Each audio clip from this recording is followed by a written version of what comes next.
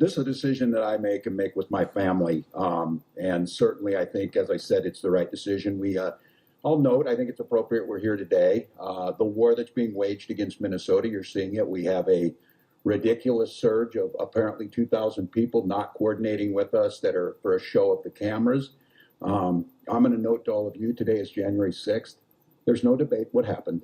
The President of the United States led an insurrection against a fair election to try and overturn that and, report both sides of this. Well, he said he really didn't, and courts convicted 400 of them, and he pardoned them. No, he did that. He did that, and that's today. And it's clear that we also saw today he implemented 5 states are being punished with a freezing of federal funds illegally that were appropriated by Congress, our tax dollars. And I find it interesting that Minnesota, California, Illinois, and New York were taking that. The interesting thing is the biggest fraud trial in the country is taking place in Mississippi today with $100 million of welfare fraud. I don't believe Mississippi was on that list. So look, this is a concerted effort to try and destroy the president's opponents, to destroy the rule of law. And it became apparent to me that he was going to do that with me being there. And I just feel, along with my family, that it's the best decision for Minnesota. And I feel very confident in that. I think it's going to be clear that Minnesotans agree with that. Governor, can you talk about can you break down the conversation with Senator Klobuchar on Sunday? I've talked to everybody. Specifically the conversation with her, did you recommend that she consider running? I spoke with all of the delegation, let them know. I spoke with a lot of key allies. I spoke with my family, and just let them know that this is what we were going to do. And Senator Klobuchar was one of those conversations. I think that we have a very deep bench. It's very clear to me. Again, I would mention this, that again, none of the people running for governor of Minnesota voted for this program. None of these folks running for governor condemned January 6th, and none of the people, the Republicans running for governor, had the damn common decency to Melissa and Mark's children, have asked them to stop doing what they're doing, the president. The question I would ask all of you is, you need to ask those people running for governor if they would ask the president to please stop attacking the Hortman children and telling lies about this. And so I am very confident a Democrat's going to win this. My conversation with Senator Klobuchar was the same conversation I've had with many others. Governor, there's been the constant drumbeat coming from Washington, from the White House to many of the different departments in Washington, talking about fraud and talking about you. What was the one thing that you heard that said, this is why I've got to step out? Was it that constant drumbeat coming at you, or was it more of a personal decision? No, I think it's a personal decision. It's effectiveness. I never took this job to be governor. I took the job to pass things like paid family medical leave. I took this job to get our children food. I took this job, and what I'll continue to do for a year is I will protect every single person in this state. And I had an announcement to them on our LGBT community, especially our trans community. Stay the hell out of Minnesota for the folks who want to hassle those people. These are our neighbors. So for me, it became, if I can be as effective doing that, and it's clear, look, I don't think any governor in history has had to fight a war against the federal government every single day. And now it's reaching down into our commissioners. And look, what Donald Trump tweeted the other night, put the Hortman children's at risk. They have to look at security, put my family at risk again. What he's doing to the Somali community is absolutely unconscionable. And at some point in time, this is about, I don't know what it is. Whatever it is, I bug the crap out of Donald Trump. I would argue it is because I believe in public service. I've not enriched myself in office. I treat people with dignity. I agree to compromise with people. And the attacks on Minnesota are far beyond me, and it's hurting Minnesota. Here's what I have full confidence in is Republicans are going to lose races up and down the ticket, because where is their plan on health care as health care prices doubled? Where is their plan to push back on the president? Again, for God's sakes, the children of a murdered speaker, and they can't speak up and say, Mr. President, this is wrong, stop it. And you write a story that one retired legislator said it and one member. How can you not have every single one of them saying this is wrong? And I'm going to fight this without having to spend any time worrying about the politics of this. I'm going to fight it, making sure that Minnesotans are cared for. I'm going to fight it by doing the respect that we should have for rule of law. So I just think all of you see this. It is just going to be relentless. Why 2,000 folks? What are they coming? Do they want to coordinate with us? You saw a U.S. attorney stand up, which was been released would have been let go by any other administration, speculating about things with no factual information. That's defamation. That's coming from the U.S. attorney. We are under assault like no other time in our state's history because of a petty, vile administration that doesn't care about the well-being of Minnesotans. My job is to protect the well-being of Minnesotans. So the good news on this is Republicans are sure they're going to lose the governor's race dramatically. That's fine by me. I don't care who sits in this seat as long as it's not one of them who hurt Minnesotans. I care that it's somebody who understands and respects this office. Jen. You just talked about the danger. Your daughter gave an interview talking a little bit about the danger. Was there any part of the governor that thought when you were making this decision, did it cross your mind that not by any nature of what you've done, but just because of you being you and being the target, that people's lives were in danger? Yes. Whether they be so you felt that. Yes. So you call it other that. Yes. Yes, and then for our Somali community, yes. Look, I'm on the list because whatever it is, they hate us. I may be on the list because of last fall. I may be on the list for whatever reason.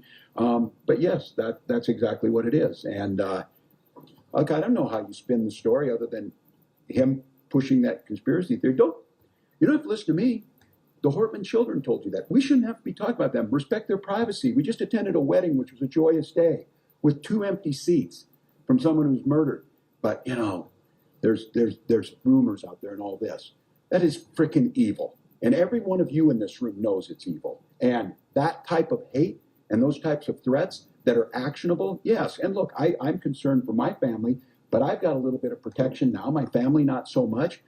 But what about Somali immigrants who are minding their own business? We've got 2,000 folks. We don't even know who they are. They'll be wearing masks, being here in Minnesota, harassing them. If you want us to fix fraud, come and help us. Come and help us do that. They're not interested in that.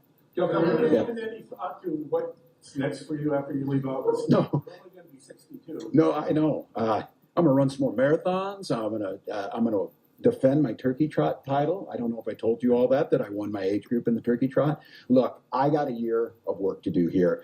I think it will be the most challenging year, and that includes probably COVID, because I caution Minnesotans, this is going to worse before it gets better. Oh, everybody here knows. You will be nonpartisan and you will be fair in this, but the vast majority of the country knows this because Donald Trump's in trouble.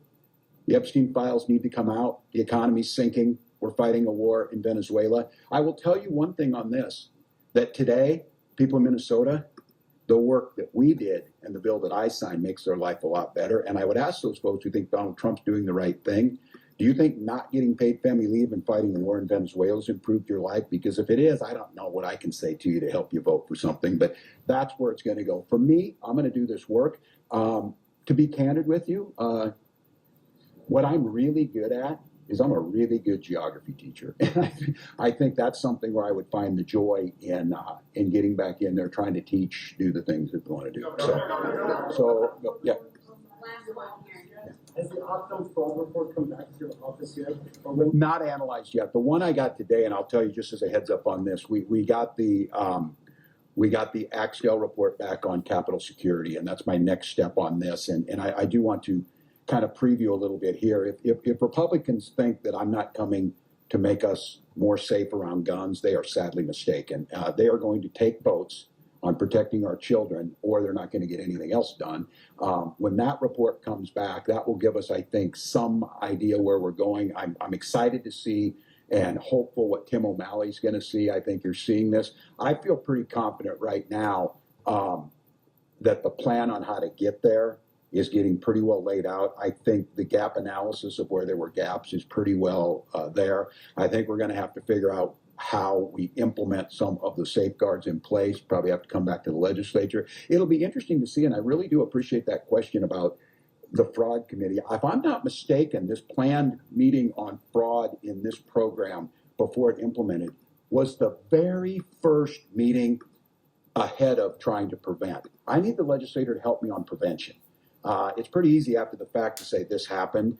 They're really good at that. They're not so good on the front end. So I think that would be good. But I just want to say again to all of you, incredibly grateful. I'm gonna make note of this. I had my team verify this.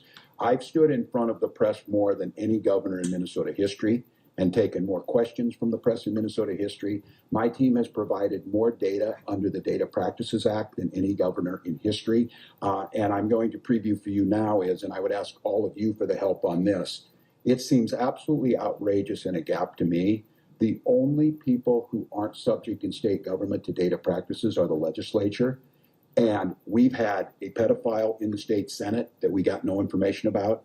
We have credible accusations of one Republican representative against another Republican representative that they committed fraud. We have a requirement that the House run an audit, which they did not do. You are the gatekeepers on this. Demand that there's data practices, and if they have emails showing that I have committed fraud, you should get those. Why aren't they putting them out there? Why aren't they turning them over to prosecutors? And right now, they are hiding behind a veil of innuendo. They're protecting the biggest fraudster in the White House. They are unwilling to acknowledge that January 6th was an insurrection. They are unwilling to stand with Melissa Hortman's children. And I want to tell you this, for those legislators who went and shed crocodile tears at her funeral, shame on you. Shame on you. Her children are asking you to do one thing in her name. It's to tell the president to stop doing this. That shouldn't be that difficult. So look, for Republicans here, I have more energy than I've ever had. I am committed to this state more than I've ever been. I love this state with every fiber of my being. I believe we are the best state. Have I been perfect in this? God dang no. I wasn't perfect as a teacher. I wasn't perfect as a coach. I wasn't perfect as a soldier, but I was pretty damn good at all those things. And I am committed to getting this right. And I will tell you what, if they think now, I mean, game's over for them now. It was all me. I was the bad guy or whatever. Well, put up or shut up now and tell us what you're going to do to make this state better. Answer these tough questions. Quit hiding behind this and expect for the next 11 months for me to ride you like you've never been ridden, to make sure that you're doing your job. I'm asking for your help. We need data practices with the legislature right now. You need to expect to get every one of my emails just like you have when you ask for them. Every one of my commissioners, you should be able to ask for those, which you can do, and we need to do that. Here's the thing that I'm going to ask all of you is, Republicans want to tear this state down. Republicans want to tell you it's too dangerous to walk down the streets. Republicans want to tell you there's nothing good comes out of Minneapolis, St. Paul. Republicans want to tell you everybody with brown skin is stealing money or that they're not welcome here. They want to do nothing to improve this state. Their idea of improving this state is being a parrot for Donald Trump, agreeing to everything that he agreed with. Well, here's what I'm going to tell you. It ain't happening. I'm not going anywhere. And you can make all your requests for me to resign over my dead body. Will that happen? I will fight this thing till the very end to make this state better. And the question that I think they need to decide is when did the guy in the White House resign? When does he take accountability for what he did? Because it isn't going to happen here in terms of us shying away from making the state better. So you'll get to see me more. The good news is on this is that I got no election to look forward to.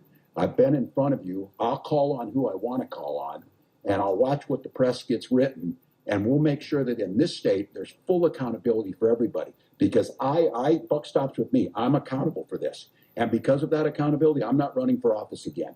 But I have a year to continue to improve on a record that I think will stand up against anybody's, a record that has made Minnesota better, a record that makes people want to come here, and a record that has respected not only the dignity of people, but the idea of rule of law and camaraderie.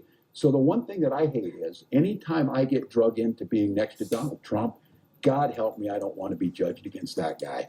Judge me against an average Minnesotan going out to do their job every day and being decent to their neighbors. So thank you all, and we'll be back.